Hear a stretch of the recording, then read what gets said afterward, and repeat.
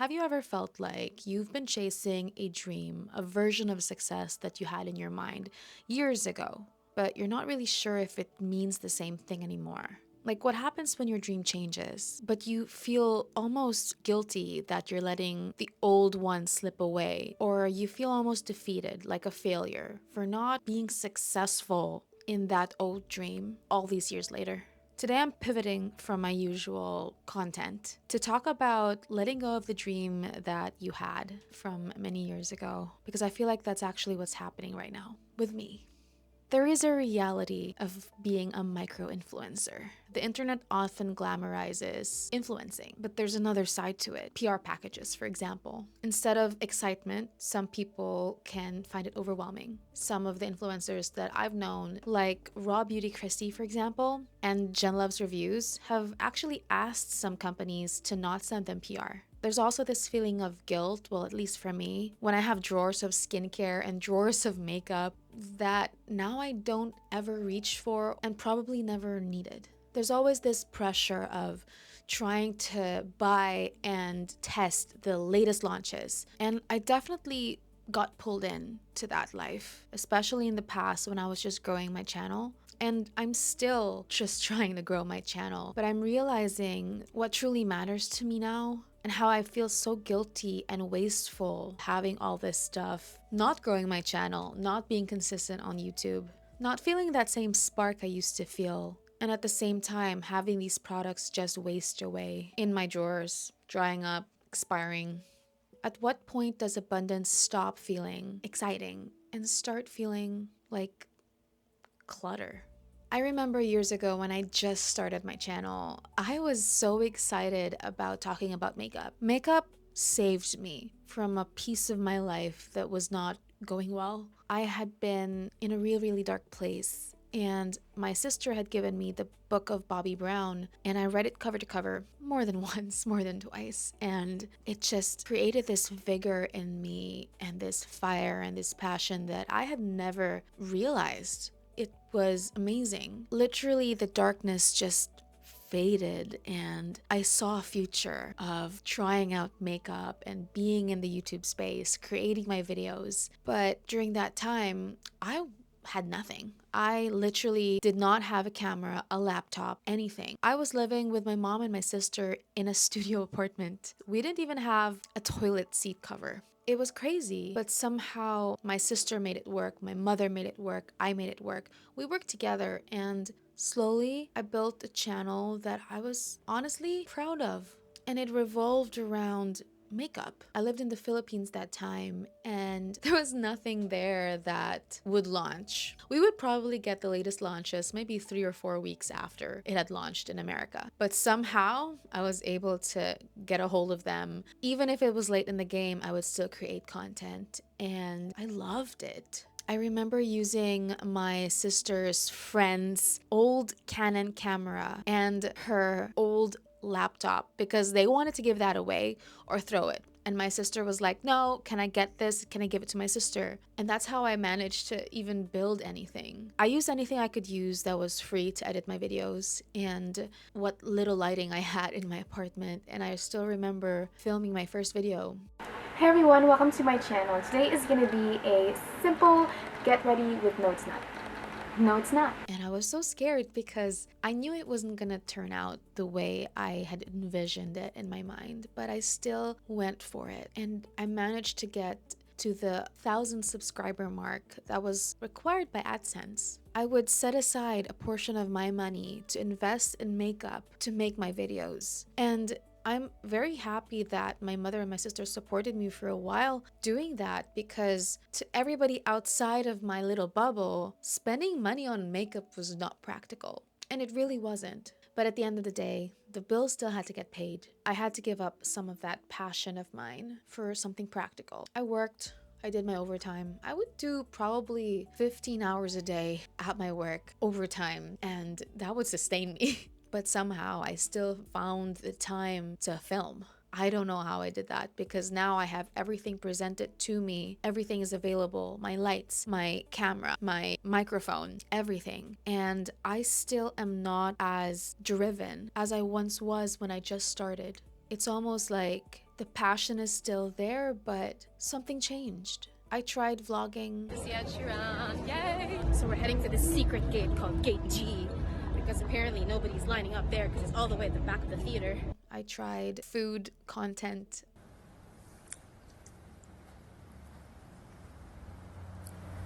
I tried short form content when it got popular, but it wasn't giving me the same satisfaction it once did. And now, instead of having joy, wearing makeup, getting ready to film, I feel stress and anxious because I feel like a failure. I feel like I let myself down, but at the same time, I also feel like I'm proud of myself for not spending so much money on things that I am hardly ever going to use. I used my money to get to Canada, to get my cat here, to help my mom, to help my sister. I am not spending so much on the latest launches in the makeup industry. I feel like that world is so saturated that I am no longer pushing my way to be in it. And eventually, my passion started to evolve. I burnt out. And sometimes we mistake burnout for losing passion when what really happened is we just outgrew them. When I was consistently making my videos on makeup, it was a niche that I bled into and settled in. And as I learned from many people talking about how the algorithm works, finding a niche was very important. Sticking to that niche is going to help the algorithm understand what content your viewers want to see, which made sense. And I was doing that for a while, but YouTube algorithm has changed. So much of YouTube has changed. I have changed. Now I feel more guilt when I buy makeup that I hardly use just to make a video that a lot of other people have already made videos about. My priorities just shifted. I'm in Canada now. It is much more expensive here. I thought that if I had gone to Canada, I would have more spending power so that I could buy more makeup, but that's not the case. Being an immigrant is very hard, and I might even talk about that in another video. Maybe. What's happened now is I've been consistent and I fall back. And I become consistent and I fall back. And I almost feel trapped in my own brand. And my brand that used to be makeup now is all over the place because my passions have changed, because I have changed. I have a fear that if I change my content, people will leave. But how much people do I really have anyway subscribed? I've always wanted to pursue YouTube. Always. I've always wanted to be a micro influencer, and I've always wanted that community with the internet for some weird reason. Like, why? I feel like I've never truly understood where I belonged in life, and I find comfort in finding strangers that connect with me. It's like that concept of having friends that you might never meet. It's interesting to me, and somehow I find it oddly comforting, which is weird, right? But I just don't think makeup is my identity anymore. I love the idea of it, but it's not something that I can sustain. It's very tiring. Thinking about a future for myself, not in a room with so much makeup and skincare that I hardly ever use, is comforting. It's something that I had to think about. Holding on to an old dream is difficult because what really was my dream in the past? Was it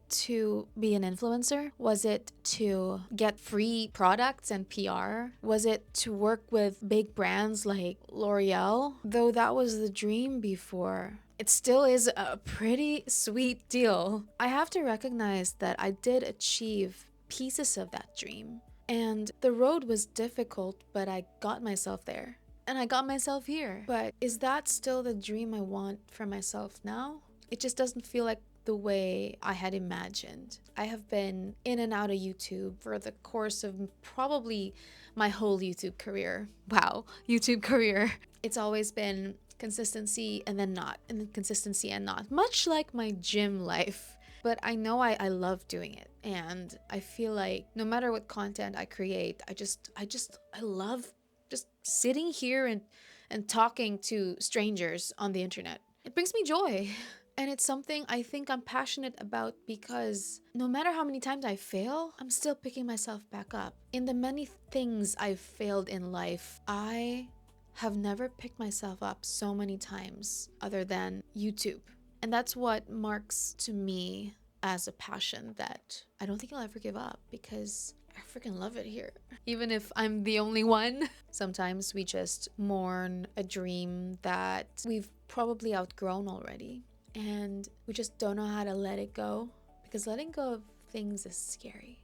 There's a fear of pivoting. What if nobody cares? What if nobody watches? What if I lose opportunities? What if I lose the opportunity to work with a big brand or to get free stuff? All of these questions in my mind make me wonder if am I just wasting all those years of hard work that the younger Sahar trotted on with all the limitations that she was faced with. She got here only for me, current Sahar, to have everything I could ever need and waste it away and pivot. That's what I'm holding on to. I have tried to stay the course and honestly it's cost me too. Doing something that I almost feel forced to because of my own expectations has cost me to lose the opportunity to build a community that I would have probably been more in tune with. And so I think I need to redefine what success means to me. So the old definition of success, having more followers, having PR, working with brands, getting free makeup, getting free skincare. Instead of using all of those definitions, we might redefine success to mean creating content that I'm actually proud of, not creating more waste in the world, enjoying editing and the creative process, maybe inspiring people in a different way, who knows? Learning to let go is something you don't get taught in school or in anywhere. You just face it head on and you decide if you're gonna keep going on or choosing to let go and trying something different. There will be fear associated with letting go. You're fearful about disappointing people, fearful about disappointing yourself, fearful about being embarrassed because you had told people this is what you're gonna do and you did it, but then you failed.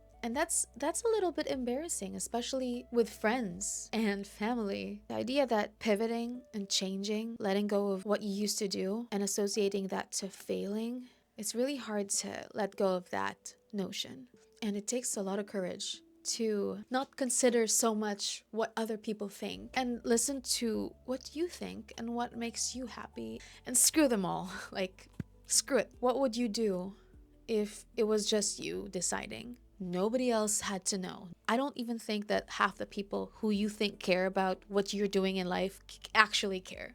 And they're just focused on them. And that's what we should be. I'm focused on me, you're focused on you, and just not think about what other people are doing. It's easier said than done. Tomorrow, I'll probably think about what everybody else is doing and compare it to my life, but at least it's said. Sometimes it just takes yourself some convincing, you know? Look in the mirror and just tell yourself, focus on you. You will compare yourself to other people and to where they're at and to what they have achieved in life. And honestly, that's the reality that you're dealt with. And you have a choice whether to dwell in that or to actually do something. Working on yourself instead of sulking. Letting go isn't giving up. It's about making room for something that fits who you are now. I got that from ChatGPT. So where do I go from here? I don't know. I don't know. Actually, I love long form content. I love creating long form content. I really don't like creating short form content. Unfortunately, it's not something I like to do. It's so viral right now. It's so trendy right now, and it's probably gonna be trending for a long time, but long form content is just where I'm at. I have been passionate about creating content for the longest time. Pre all these influential YouTube, pre Bethany Moda, long time ago. I would create content for my friends when they would have their 18th year birthday parties. I would create their own trailer from 17 to 18. They're adults now. Yay. I would make trailers for them on Movie Maker. And I would do that during school. But life happened, okay? Life just happened. I don't know if my content is going to be more about my daily routines or my journey, my fitness journey, or my shopping hauls at Value Village, which I absolutely love. And unlike what the algorithm says for me to do was stick to one niche, I don't think it's sustainable for me anymore. I guess the question to me is, if social media disappeared, would I still love creating? And I have to say the answer is yes, because pre-social media, I already loved creating. I think what drained my passion was because of social media and the pressures that it brings, the judgment, the embarrassment, the comparisons, the pressure of virality, of creating content that is exquisitely made. All of these things I learned from social media, and it didn't inspire me. It just made me feel so defeated. So, closing my video, we aren't meant to stay the same forever. And if you have been making content and it's been consistent for forever, I applaud you. I wish I was like you. I'm a different person. I went through different experiences. I had different limitations. It's not better, it's not worse. It's just me. Dreams can evolve, and that's okay. Your dreams can change based on so many factors, and the hardest part is not the redirection of where you want your life to be. The hardest part is giving yourself permission to redirect. The old dream that you once had, that you were working so hard to achieve, it wasn't wasted. Your efforts weren't wasted. It just brought you to where you are now. I'm trying to tell myself this. It's hard to believe. It's hard to hear these words and actually believe them, but it's true. I wouldn't be sitting here in front of this camera right now had it not been for younger Sahar, who paved the way for this.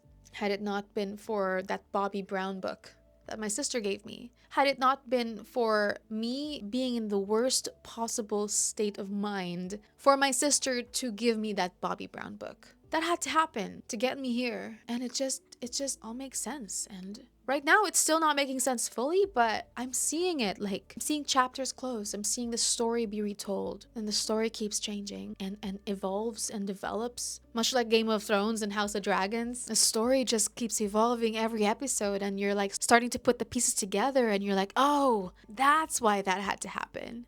So really, our lives are just like an episode of a series that we're watching, but we're actually in it.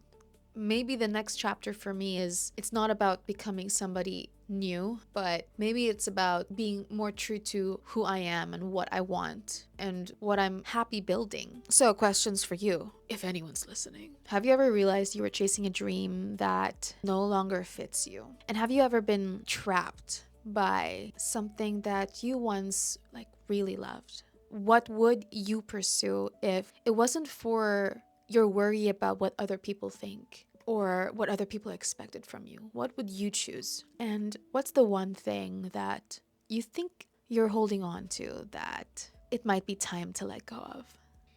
My name is Sahar. I'll see you next time.